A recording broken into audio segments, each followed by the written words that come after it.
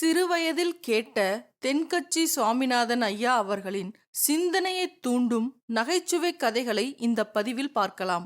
அளவுக்கு மிஞ்சினா எதுவுமே இடைஞ்சல் தானே. அன்பும் அப்படிதான். அன்பு அதிகமா இருந்தா அது எப்படி கெடுதல் பண்ணும் அப்படிங்கிற சந்தேகம் உங்களுக்கு வரலாம். தசரதன் கதை என்னாச்சு? கைகேயி மேல வச்சு அளவு கடந்த அன்பு. ராமன் காட்டுக்கு போறாப்புல ஆயிட்டுதுல்ல.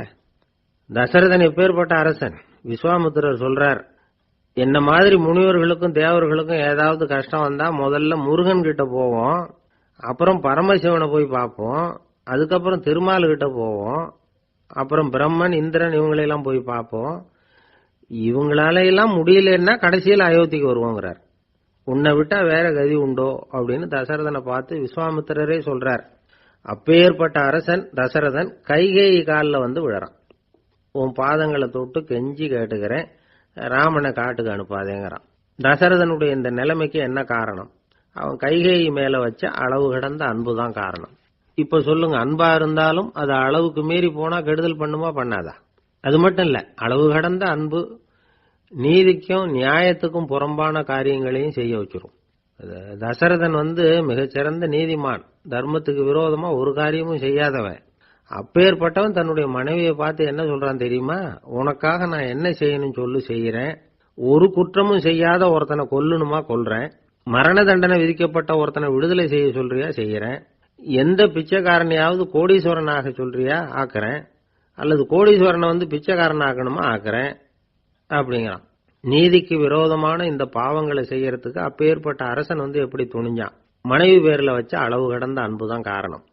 திரிசூலம், வஜ்ராயுதம், வாள் இதுகளால தாக்கப்பட்டா கூட அதையெல்லாம் கொஞ்சம் கூட லட்சியம் பண்ணாத ஒருத்தன் காமதேவனுடைய மலர் அம்புகள் தாக்குனா அதை அவனால தாக்கு பிடிக்க முடியல, விழுந்துடுறான். காமதேவனுக்கு உள்ள மகிமையே அதுதாங்கிறார் துளசிதாசர். அதனாலதான் பெரியவங்கள்லாம் என்ன சொல்றாங்கன்னா, எதையும் அளவுக்கு மீறி செய்யாதேங்கிறாங்க. அப்பா, அம்மா, மனைவி, மக்கள் எல்லார் பேர்லயும் அன்பு அவசியம்தான். ஆனா அந்த அன்பு அறிவுக்கு புறம்பா இருக்கக்கூடாது, அளவுக்கு மீறி இருக்கக்கூடாது. அப்பதான் வாழ்க்கை சுகமா இருக்கும். இல்லைன்னா அவஸ்தை தான். அளவுக்கு மீறின அன்புங்கிறது புரியுது, அது சரி. அறிவுக்கு புறம்பான அன்புங்கிறது எப்படி? ஒரு தாய்க்கு ஜலதோஷம் அல்லது ஏதோ ஒரு தொற்று நோயின்னு வச்சுங்களேன். அந்த அம்மாவுக்கு தன்னுடைய குழந்தை பேர்ல அளவு கடந்த அன்பு. தனக்கு நோய் இருக்கு, அது அடுத்தவங்களுக்கு தொற்றக்கூடியது அப்படின்னு தெரிஞ்சிருந்தோம் அன்பை காட்டுறதுக்காக அந்த குழந்தைக்கு முத்தம் கொடுக்குறேன்னு தூக்கி வச்சுக்கிட்டு கொஞ்சம் ஆரம்பிச்சதுன்னு வச்சுங்க, அது நல்லா இருக்குமா? இதுதான் அறிவுக்கு புறம்பான அன்புங்கிறது. அது மாதிரி விலங்குகள்கிட்ட அன்பாயிருன்னு சொல்றோம். அதுக்காக புலிக்கு முத்தம் கொடுக்க முடியுமா? அப்படி கொடுத்தா அது அறிவுக்கு புறம்பான அன்பு. அதனால அன்பு கூட அறிவுபூர்வமா இருக்கணும் அப்படிங்கிறத இன்னைக்கு தகவல் மூலமா நாம புரிஞ்சுக்கணும். இந்த காலத்து காதலன் தன்னுடைய காதலிகிட்ட சொன்னானாம், இதை பாரு, உன் பேர்ல எனக்கு அளவு கடந்த அன்பு. உனக்காக என்ன செய்யணும் சொல்லு, செய்யறேன். நெருப்புல நடக்கணுமா நடக்கிறேன், நீர்ல குதிக்கணுமா குதிக்கிறேன், உயிரையே கொடுக்கணுமா கொடுக்கறேன் அப்படின்னா. சரி, வர்ற ஞாயிற்றுக்கிழமை சாயந்தரம் 6 மணிக்கு இதே இடத்துக்கு வாங்க அப்படின்னு அந்த பொண்ணு. இவன் கொஞ்சம் யோசனை பண்ணி பார்த்துட்டு, அன்னைக்கு மழை பெய்யாம இருந்தா வந்துடுறேன் அப்படின்னா. வயிறு பசிக்குதேங்கிறது சிலரோட கவலை, வயிறு பசிக்க மாட்டேங்குதே அப்படிங்கிறது சில பேரோட கவலை. 2 விதமான கவலைக்கும் வயிறு தான் காரணமா இருக்குது. வயிறு பசிச்சதுன்னா அது இயற்கை, வயிறு பசிக்கலைன்னா அது வியாதி. ஆனா பசியையும் நாம பசிப்பிணி அப்படின்னு தான் சொல்லுவோம். என்ன காரணம்? வியாதியை போக்க வேண்டியது எவ்வளவு முக்கியமோ அதை விட முக்கியம் பசியை போக்க வேண்டியது. ஒரு சமுதாயத்துல பசிப்பிணியே இருக்கக்கூடாது, அதுதான் நல்ல சமுதாயம். பசியை போக்கணும்னா சாப்பாடு போடணும், பசியின்மையை போக்கணும்னா வைத்தியம் தான் பண்ணணும். இது சம்பந்தமா எவ்வளவோ ஆராய்ச்சிகள் நடக்குது, நிறைய மருந்து கண்டுபிடிச்சிருக்கிறாங்க. நம்ம உடம்புல பசியை தூண்டக்கூடிய பகுதி எது, இதை முதல்ல தெரிஞ்சுக்கணும் இல்லையா? நாம சாப்பிடுற ஆகாரம் செரிக்கிறதுக்கு எது காரணம் தெரியுமா? நம்ம மூளையோட பின்பகுதி தான் அதுக்கு காரணமா இருக்குதாம். மூளையின் பின்பகுதியில நரம்பு செல்களால் ஆன 2 வகையான ஆரக்சின்கள் தான் பசியை உண்டாக்குது அப்படின்னு கண்டுபிடிச்சிருக்கிறாங்க. 2 ஆய்வாளர்கள் இதை கண்டுபிடிச்சிருக்காங்க. அவங்க 2 பேரும் டெக்சாஸ் பல்கலைக்கழகத்தில் ஹார்வர்டு ஹக்ஸ் மருத்துவ கல்வி நிலையத்தில் பணிபுரிகிறவங்களாம். உண்பது தேவைங்கிறது உணரப்படும் போது மூளையின் அந்த குறிப்பிட்ட பகுதி ஆரக்சின் அப்படிங்கிற ஹார்மோன்களை சுரக்கும். அது பசி உணர்வை தூண்டும். அப்படிங்கிறது தான் அந்த ஆய்வாளர்களின் கண்டுபிடிப்பு. இந்த ஆரக்சின் வேற சில உயிரினங்கள்லயும் உண்டு. இப்ப எலிகள்ல கூட இது இருக்குது. அதனால எலிகளை வச்சு இது சம்பந்தமா ஆராய்ச்சி பண்ணாங்க. எலிகள் உடம்புல ஆரக்சினை செலுத்தி பார்த்தாங்க. உடனே என்னாச்சு தெரியுமா? அந்த எலியெல்லாம் பசியால துடிக்க ஆரம்பிச்சுட்டுது. எதையாவது தின்னு பசியை தீர்த்தா போதுங்கிற அளவுக்கு அந்த எலிகள்லாம் அல்லாட ஆரம்பிச்சுட்டுது. இயல்பா சாதாரணமா அந்த எலிகள் எவ்வளவு சாப்பிடுமோ அது மாதிரி 8 முதல் 10 மடங்கு அதிகமான ஆகாரத்தை 1 மணி நேரத்துக்குள்ள சாப்பிட்டு தீர்த்துட்டுதான். சில எலிகளின் மூளையில இந்த ஆரக்சின் அளவை கட்டுப்படுத்தி பார்த்திருக்கிறாங்க. உடனே என்னாச்சு தெரியுமா? அதெல்லாம் சாப்பாட்டை கண்டா முகத்தை திருப்பிட்டு போக ஆரம்பிச்சுட்டுதான். அந்த எலிகளுக்கு பசி எடுக்கலையாம். இந்த ஆராய்ச்சியின் அடிப்படையில பசியை எடுக்காமல் இருக்கிற மனிதர்களுக்கும் பசியை தூண்ட முடியும் அப்படின்னு சொல்லி ஆராய்ச்சியாளர்கள் தெரிவிச்சிருக்கிறாங்க. ஆக ஆரக்சின் தான் பசிக்கு காரணம்ங்கிறது தெரிஞ்சு போச்சு. சரி, இந்த ஆரக்சின் அப்படின்னா என்ன? அது ஒரு கிரேக்க சொல். அதுக்கு பசின்னு அர்த்தம். நம்ம ஆளுங்களுக்கெல்லாம் பசியை தூண்டுறதுக்கு மருந்து தேவையில்லை, பசியை குறைக்கிறதுக்கு தான் மருந்து தேவை. ஒரு அம்மா டாக்டரை தேடி வந்தாங்களாம். டாக்டர், எங்க வீட்டுக்காரருக்கு திடீர்னு அகோர பசி, நிறைய சமைச்சு போடுறேன், அவ்வளவையும் சாப்பிட்டுட்டு கீழே கிடக்கிற குப்பை கூலங்களையும் எடுத்து சாப்பிட ஆரம்பிச்சுடுறார், என்னன்னு கவனிச்சு பாருங்க அப்படின்னாங்களாம். எவ்வளவு நாளா அப்படி இருக்குதுன்னு கேட்டிருக்காரு டாக்டர். 1 வாரமா அப்படி இருக்குதுன்னாங்களாம். இவ்வளவு நாளா ஏன் சும்மா இருந்தீங்க? ஆரம்பத்திலேயே இங்க அழைச்சிட்டு வர வேண்டியது தானே அப்படின்னாராம் டாக்டர். அது ஒண்ணுமில்ல டாக்டர், வீடு பூரா சுத்தமாகட்டுமேன்னு பாத்துக்கிட்டு இருந்தேன் அப்படின்னாங்களாம் அந்த அம்மா.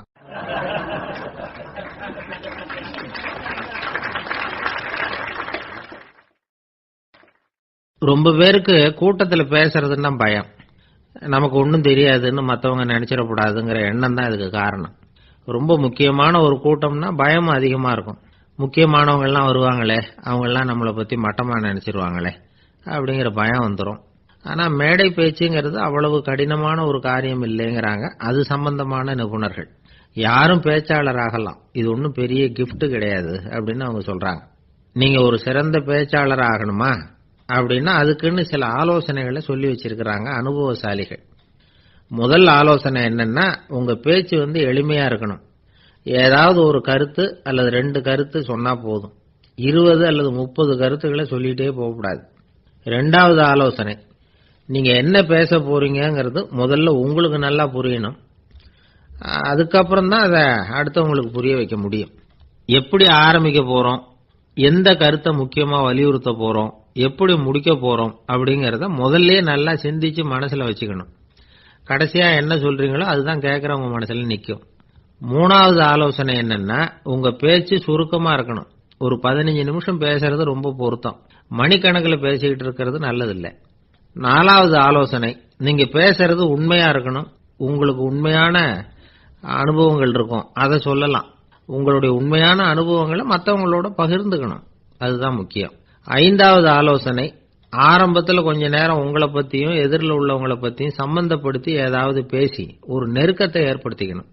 ஒவ்வொருத்தரும் இப்ப இவர் பேச போறது நம்ம சம்பந்தப்பட்டது அப்படின்னு நினைக்க ஆரம்பிச்சிருவாங்கல்ல, அதுக்கப்புறம் அவங்க கேட்க தயாராயிட்டாங்கன்னு அர்த்தம். எதிரில் உட்கார்ந்துருக்கிற கூட்டத்தில இருந்து 3 பேரை தேர்ந்தெடுங்க. அதாவது வலது பக்கம் ஒருத்தர், நடுவுல ஒருத்தர், இடது பக்கம் ஒருத்தர். அதாவது உங்களை ரொம்ப கனிவாகவும் ஆர்வமாகவும் பார்க்கிறவரா பார்த்து தேர்ந்தெடுத்துங்க மனசுக்குள்ள.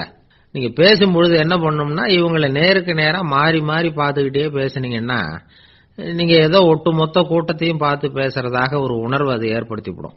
6வது ஆலோசனை என்னன்னா, சொற்பொழிவுன்னா நீங்க பேசணும், படிக்கப்படாது.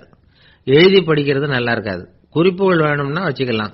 படிக்கிறது பேப்பர்ல இருந்து வர்றது மாதிரி இருக்கும், பேசுறது இதயத்திலிருந்து வர்றது மாதிரி இருக்கும். அப்புறம் 7வது ஆலோசனை சொல்றாங்க. அது என்னன்னா, மேடையில ஏறி நின்ன உடனே இயல்பா மூச்சை இழுத்து விட்டுங்க, இயல்பு நிலைக்கு வாங்க, அதுக்கப்புறம் இயல்பா பேச ஆரம்பிக்கலாம் அப்படிங்கிறாங்க. இவ்வளவும் பேச்சு கலையில் வல்லுநர்களா இருக்கிறவங்க சொல்லுகிற ஆலோசனைகள். இதையெல்லாம் கடைபிடிச்சா நமக்கும் அதுக்கும் வெகு தூரம்னு நினைச்சுக்கிட்டு இருந்த ஒண்ணு இப்ப கிட்டத்துல நெருங்கி வந்துடும். நாம சொல்றபடியெல்லாம் அது கேட்கும். ஒரு பேச்சாளர், அவருக்கு சுருக்கமாவே பேச தெரியாது. மேடையில ஏத்தி விட்டுட்டா போதும், ஆரம்பிச்சிருவார், நிறுத்த மாட்டார், பேசிக்கிட்டே இருப்பார். ஒரு தடவை அவர் ஒரு கூட்டத்துல ரொம்ப நேரம் பேசிக்கிட்டே இருக்கிறார். எதிரில் பொறுமை இழந்த ஒருத்தர் தன்னுடைய கை கடிகாரத்தை காட்டினார். அதை கவனிச்ச பேச்சாளர், மன்னிக்கணும், கை கடிகாரம் நான் கொண்டுகிட்டு வர மறந்துட்டேன், அதுதான் நேரம் போனதே தெரியல அப்படின்னு சொல்லியிருக்கிறார். இதுக்கு அவரு சொன்னாராம் கோபமா, ஏய்யா கடிகாரத்தை தான் பார்க்க முடியல மறந்துட்டேன், பக்கத்துல மாட்டிருக்கிற காலண்டரையாவது பார்க்கப்படாதா அப்படின்னாராம்.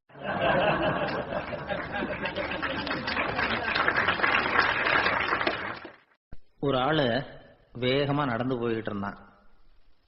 அவன் வேகமா நடக்கிறதுக்கு காரணம் வெயில் காலம், காலில் செருப்பு இல்லை, மணல் பாதை, அதுதான் வேகம். காலில் செருப்பும் இல்லாம கையில குடையும் இல்லாம அந்த ஆளு வெயில்ல நடந்து போய்கிட்டு இருக்கிறான். அந்த சமயத்துல இன்னொருத்தன் குதிரை மேல ஏறி அந்த வழியா வந்துகிட்டு இருக்கிறான். அவன் காலில் செருப்பும் இருந்தது, கையில குடையும் இருந்தது. நடந்து போய்கிட்டு இருந்தவன் அந்த குதிரை ஆசாமியை பார்த்து கேட்டான், ஐயா நீங்களும் குதிரை மேல உட்காந்துக்கிட்டு போய்கிட்டு இருக்கிறீங்க, அப்படி இருக்கிறப்போ உங்களுக்கு அந்த செருப்பு என்னத்துக்கு, அதை எனக்கு கொடுத்து உதவலாமே அப்படின்னா. குதிரை மேல உட்காந்துருந்தவன் யோசனை பண்ணி பார்த்தான், இவன் சொல்றது நியாயம்தானே அப்படின்னு சொல்லி தன்னுடைய செருப்பை கழட்டி அந்த வழிப்போக்கனுக்கு கொடுத்துட்டான். ரொம்ப நல்லதுங்க அப்படின்னு சொல்லி இவன் அதை வாங்கி காலில் மாட்டிக்கிட்டான். அதுக்கப்புறம் மறுபடியும் இவன் ஆரம்பிச்சான், ஐயா நீங்க குதிரையில போறதுனால போக வேண்டிய இடத்துக்கு வேகமா போய் சேர்ந்துருவீங்க, அதனால உங்க கையில் அந்த குடை என்னத்துக்கு, நான் நடந்து போயிட்டு இருக்கிறவன் ரொம்ப நேரம் நடக்க வேண்டியிருக்கும் இந்த வெயில்ல, அதனால அந்த குடையையும் எனக்கு கொடுங்களேன் அப்படின்னா. குதிரை வீரன் யோசனை பண்ணி பார்த்தான், இதுவும் நியாயம்தானே அப்படின்னு அவனுக்கு தோணுச்சு. உடனே இறக்கப்பட்டு தன் காலில் இருந்த செருப்பை கொடுத்தது மாதிரியே தன் கையில் இருந்த குடையையும் இவங்கிட்ட கொடுத்துட்டான். அதுக்கப்புறம் அவன் நிம்மதியா புறப்பட்டான். இப்ப மறுபடியும் கை தட்டி அவனை நிறுத்தினான். கீழே நின்றுட்டு இருந்தவன், என்னப்பா ஏன் என்ன நிறுத்தின, இன்னும் ஏதாவது வேணுமா உனக்கு அப்படின்னா குதிரையில இருந்தவன். இவன் மெதுவா வாயை திறந்து அந்த குதிரையையும் என்கிட்ட கொடுத்துருங்களேன்னா.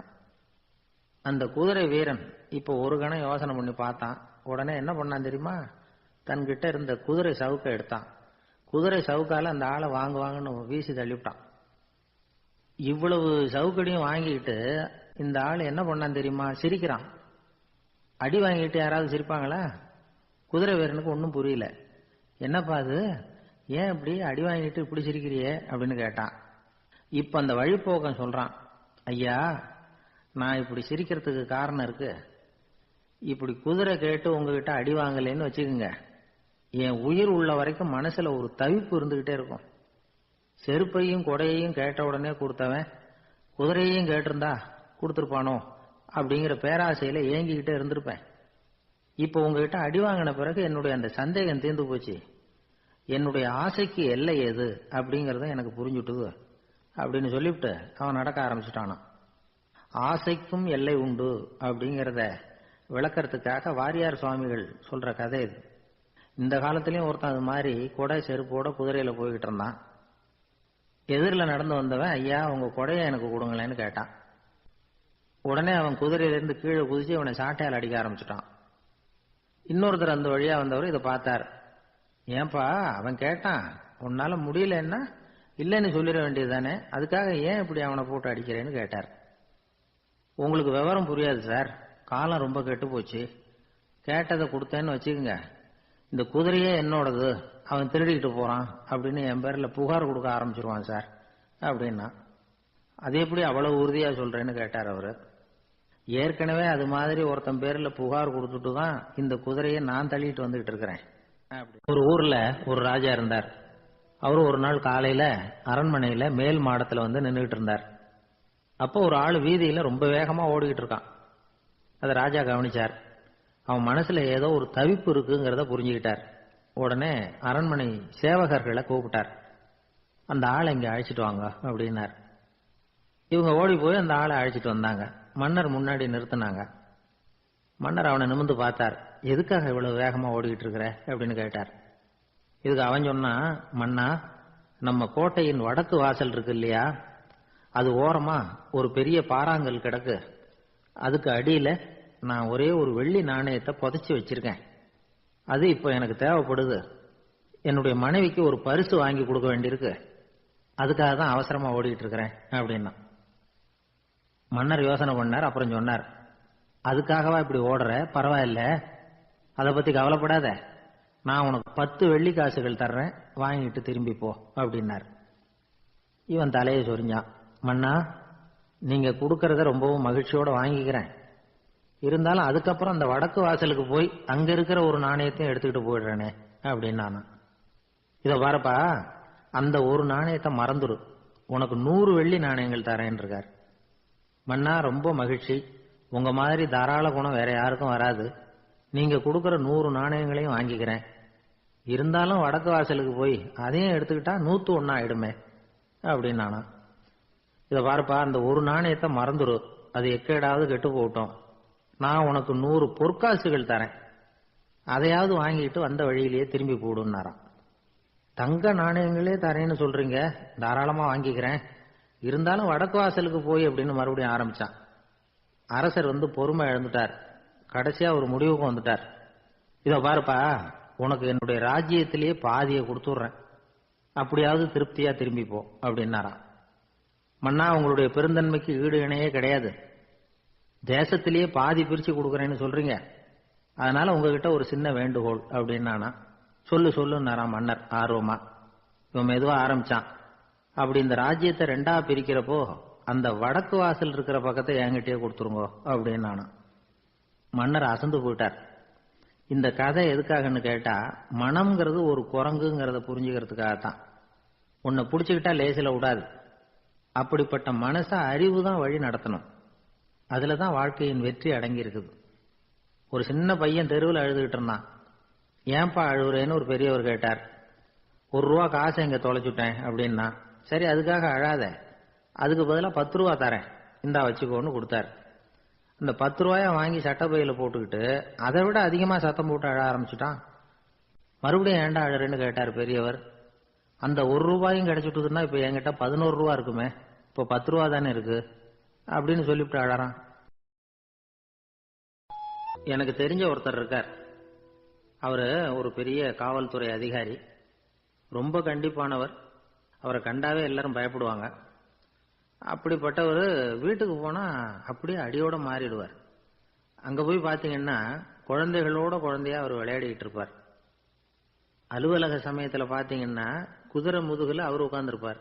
வீட்டுல பாத்தீங்கன்னா அவர் முதுகுல குழந்தை உட்கார்ந்துருக்கும். அவரு குதிரை மாதிரி போயிட்டு இருப்பார்.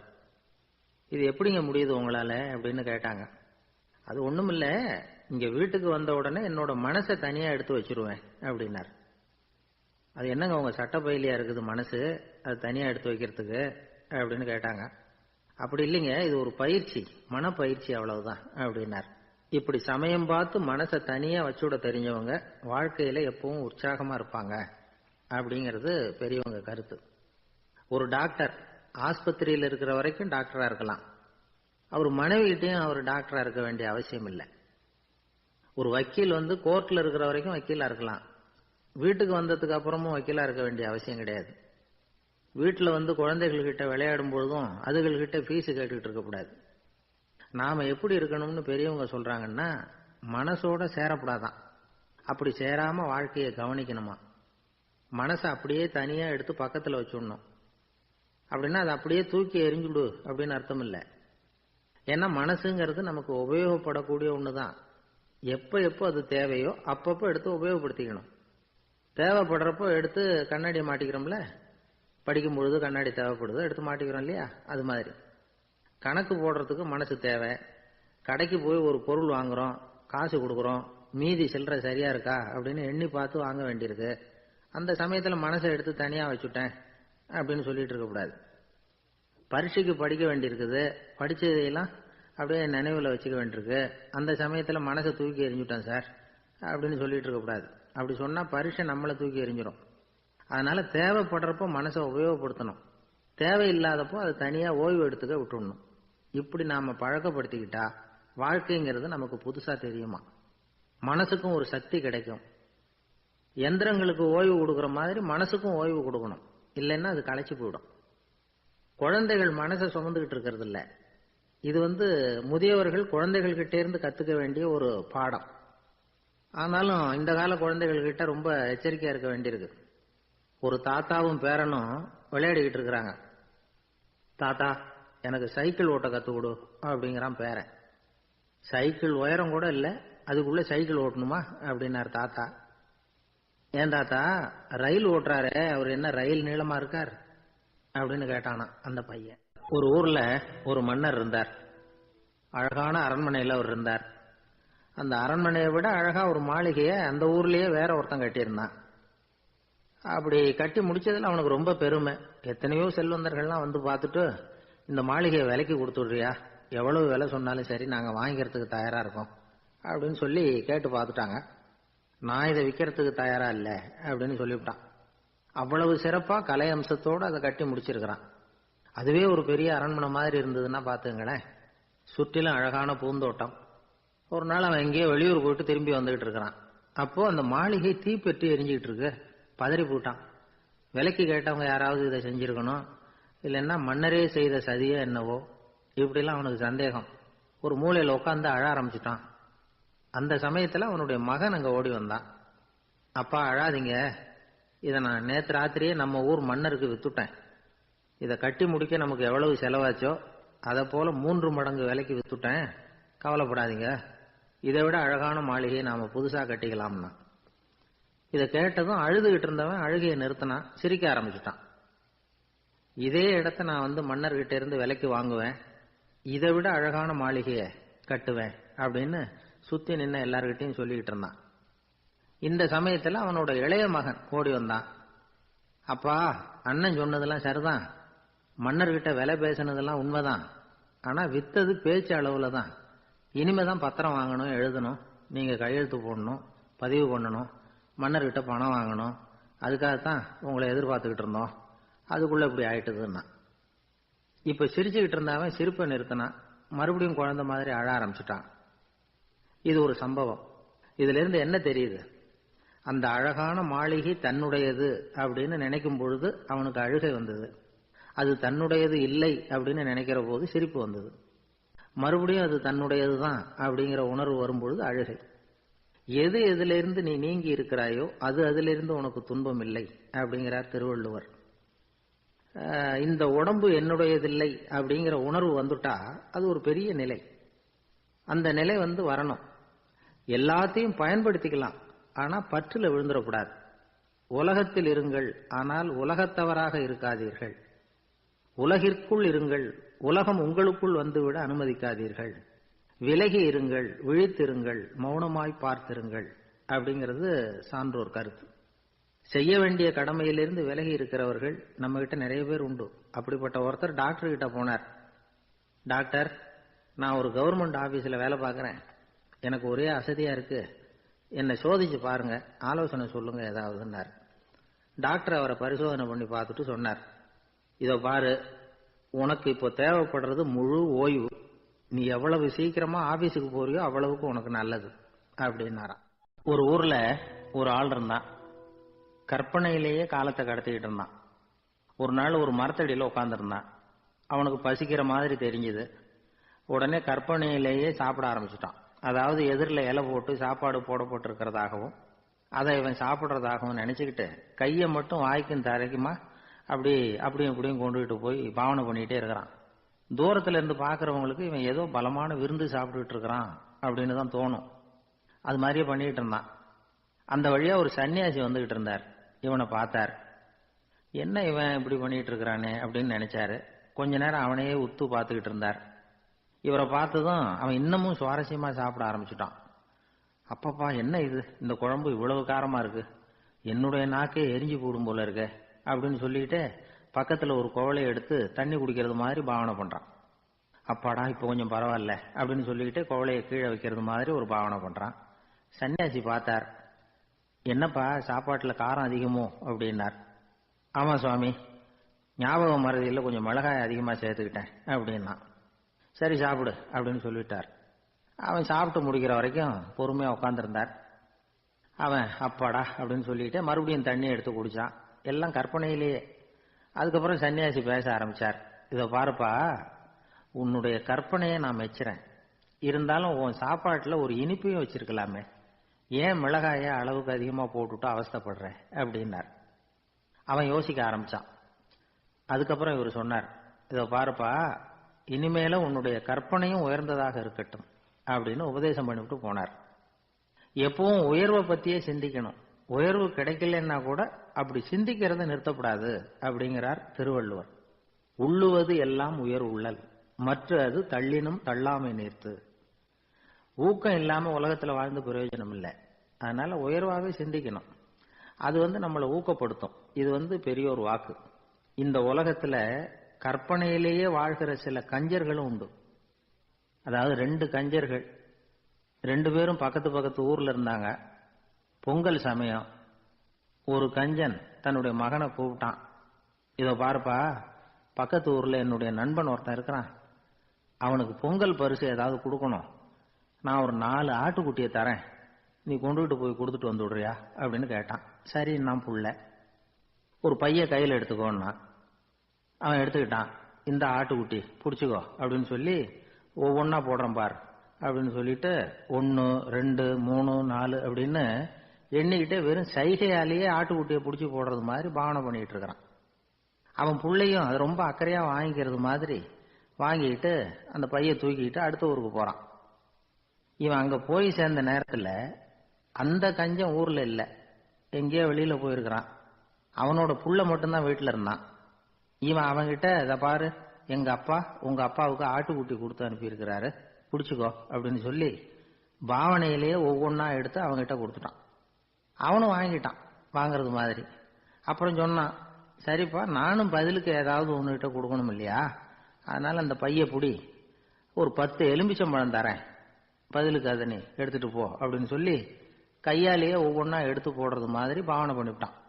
அவனும் ரொம்ப நன்றி அப்படின்னு சொல்லிவிட்டு அதை வாங்கிட்டு போயிட்டான். கொஞ்ச நேரம் கழிச்சு வெளியில போயிருந்த அப்பங்காரன் திரும்பி வந்தான். உள்ள சொன்னான், அப்பா, உன்னோட நண்பர் அவருடைய மகன் மூலமா உனக்கு 6 ஆட்டுக்குட்டி கொடுத்து அனுப்பியிருந்தார், நானும் பதிலுக்கு ஒரு 10 எலுமிச்சம்பழம் கொடுத்து அனுப்பியிருக்கிறேன் அப்படின்னா. எப்படிடா கொடுத்தேன்னு கேட்டார் அப்பா. இப்படிதான் கொடுத்தேன்னு சொல்லி சைகையிலேயே காட்டினான். இதை பார்த்ததும் அப்பங்காரனுக்கு பயங்கரமா கோபம் வந்துட்டுது. பலார்னு அரைஞ்சுட்டான் பையனு. ஏன்பா அரைஞ்ச, 10 எலுமிச்சம்பழம் கொடுத்துட்டேனே அப்படிங்கிறதுக்காகவா அப்படின்னு கேட்டான். அது கூட பரவாயில்ல, நீ காட்டுற சைகையை பார்த்தா ஆரஞ்சு பழம் சைஸுக்கு இருக்குதே, அவ்வளவு பெருசா ஏன் கொடுத்த, அதுதான் எனக்கு கோபம் அப்படின்னு. ஒரு ஊர்ல ஒரு குரு இருந்தார், ஜென் குரு. அவரை தேடிட்டு ஒரு மன்னர் வந்தார். வந்தவர் ஜப்பான் மன்னர். தோட்டக்கலையை பத்தி தெரிஞ்சுட்டு போறதுக்காக அவர் வந்தார். எப்படி தோட்டம் அமைக்கிறது அப்படிங்கறத பத்தி அந்த குரு விவரமா சொல்லி கொடுத்தாரு. 1 நாள் 2 நாள் இல்ல, 3 வருஷம் கத்து கொடுத்தார். அதுக்கப்புறம் சொன்னார், நான் கத்து கொடுத்துட்டேன், இனிமே நீங்க போகலாம், போய் தோட்டம் அமைக்கலாம், அதுதான் உங்களுக்கு பரிசை. தோட்டம் அமைச்ச பிறகு சொல்லி அனுப்புங்க, நான் வந்து பாக்குறேன், நீங்க இங்க என்னவெல்லாம் கத்துக்கிட்டீங்களோ அதையெல்லாம் அங்க செயல்முறையில செஞ்சு காட்டுங்க அப்படின்னு சொல்லி அனுப்பி வச்சார். மன்னர் போனார். அரண்மனைக்கு பக்கத்திலேயே ஒரு பெரிய தோட்டத்தை உண்டு பண்ணினார். அழகான மரங்களையும் செடிகளையும் உருவாக்கினாரு. கிட்டத்தட்ட 1000 தோட்டக்காரர்களை பயன்படுத்தி 3 வருஷங்கள் முயற்சி பண்ணி அந்த அழகான தோட்டத்தை உருவாக்கினார்.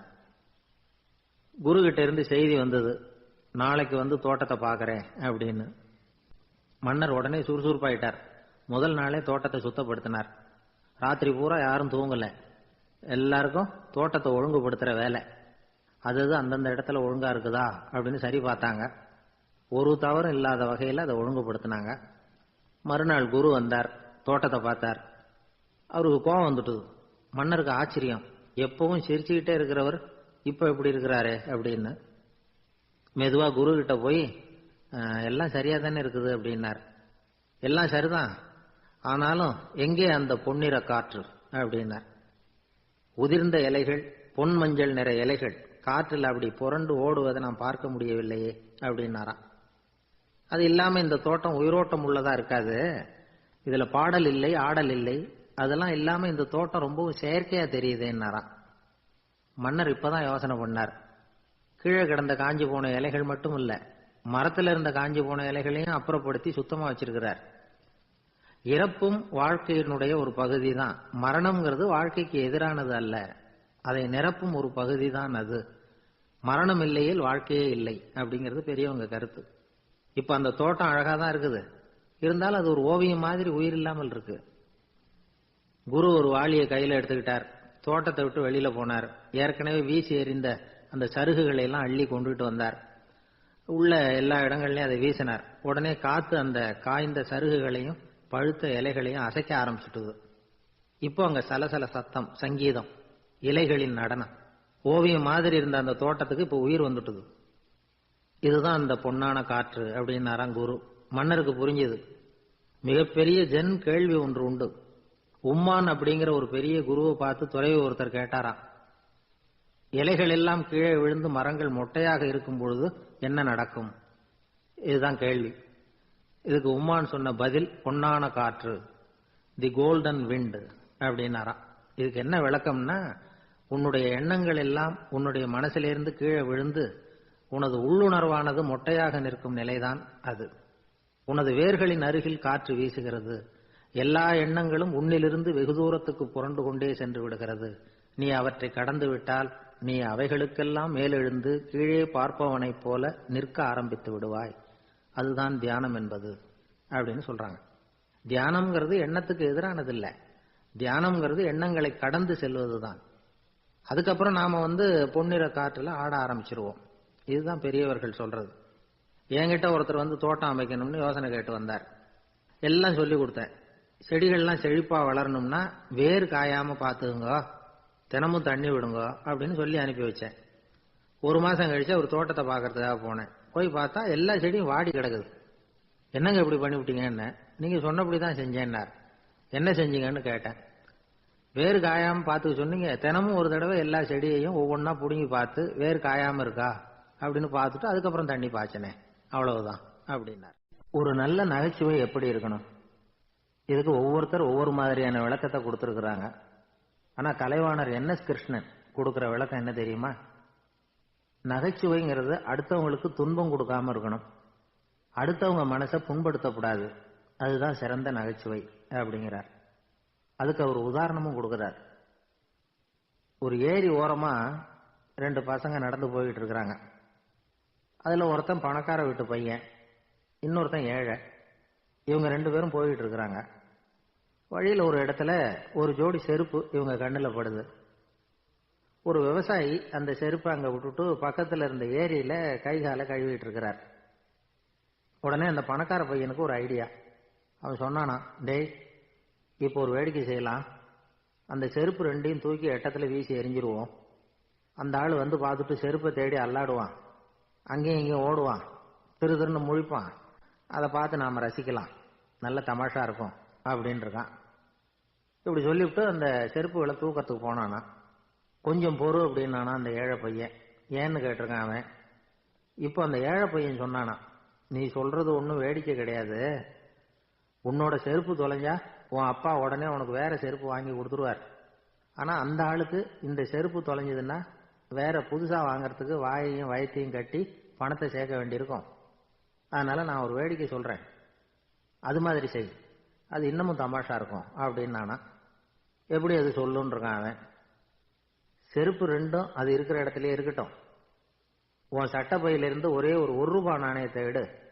அதை அந்த செருப்பு மேல அதோட குதிகால் பகுதியில வச்சுட்டு நாம 2 பேரும் அந்த மரத்துக்கு பின்னாடி ஓடி போய் மறைஞ்சு நின்னுக்குவோம். அப்புறம் பாரு வேடிக்கைய அப்படின்னா. அதே மாதிரி ₹1 காசு செருப்பு மேல வச்சுட்டு இவங்க 2 பேரும் மறைஞ்சு நின்னுக்கிட்டாங்க. கொஞ்ச நேரத்துல அந்த விவசாயி வந்தார். காலில் உள்ள மண்ணை தட்டிவிட்டு செருப்பை மாட்டுறதுக்காக போனார். அங்க இருந்த காசு கண்ணுல போட்டுட்டுது. அவருக்கு ஆச்சரியமா போச்சு. அதை கையில எடுத்து பாக்குறார். 4 பக்கமும் திரும்பி திரும்பி பாக்குறார், யார் இதை வச்சிருப்பான்னு. கடைசியில ஆகாயத்தை பாக்குறார். ஆண்டவா, இது உன்னோட கருணை தான். நீ தான் யாரோ புண்ணியவான் மனசுல தர்மம் பண்ற எண்ணத்தை உண்டாக்கி இருக்கிற. அந்த புண்ணியவான் நல்லா இருக்கணும் அப்படின்னு வாழ்த்தி அந்த காசை கண்ணுல ஒத்திக்கிட்டாராம். மறைஞ்சிருந்து பார்த்துக்கிட்டு இருந்த ஏழை பையன் இப்படி சொன்னான், பாத்தியா, உன்னை புண்ணியவான்னு வாழ்த்திக்கிட்டு போறார் அந்த ஆள். அவருக்கும் சந்தோஷம், அதை பார்த்து நமக்கும் சந்தோஷம். உனக்கு ₹1 ஒரு பெரிய விஷயம் இல்லை, ஆனா அதனால நமக்கு கிடைச்சிருக்கிற மகிழ்ச்சி ரொம்ப உயர்வானது அப்படின்னு நானும். வேடிக்கையும் கிண்டலும் இது மாதிரி அடுத்தவங்களுக்கு இடைஞ்சலா இல்லாம இருக்கணும் அப்படிங்கிறார் கலைவாணர். ஆனா பாருங்க, அவருக்கே இடைஞ்சலா வர்ற விஷயங்களை கூட அவர் வேடிக்கையா தான் எடுத்துக்கிட்டாராம். ஒரு தடவை ஒருத்தர் கலைவாணர் கிட்ட ஐயா, என் குழந்தை செத்து போச்சு அப்படின்னு சொல்லி அழுதாராம். உடனே இவர் அவருக்கு 100 ரூபா பணத்தை கொடுத்து இந்தாங்க அடக்கம் செய்யுங்க அப்படின்னு சொல்லி அனுப்பி வச்சாராம். 1 வருஷம் கழிச்சு மறுபடியும் அதே ஆள் வந்திருக்கார். இவர் மறந்துருப்பாருங்கிற நினைப்புல, அண்ணே என் குழந்தை இறந்து போச்சுண்ணே அப்படின்னாராம். இவர் மறுபடியும் 100 ரூபாய் கொடுத்து ஆறுதல் சொல்லி அனுப்பி வச்சாராம். 7-8 மாசம் கழிச்சு மறுபடியும் அதே ஆள் வந்திருக்கார். அவர் வாயை திறக்கிறதுக்கு முன்னாடியே இவர் 100 ரூபாய் அவர் கையில வச்சு, போன 2 தடவை தான் குழந்தை செத்து போச்சு, இந்த தடவையாவது அதை சாகாம காப்பாத்தி விடு அப்படின்னு சொல்லி அனுப்பி வச்சாராம். அதுக்கப்புறம் அந்த ஆள் வர்றதே இல்லையா.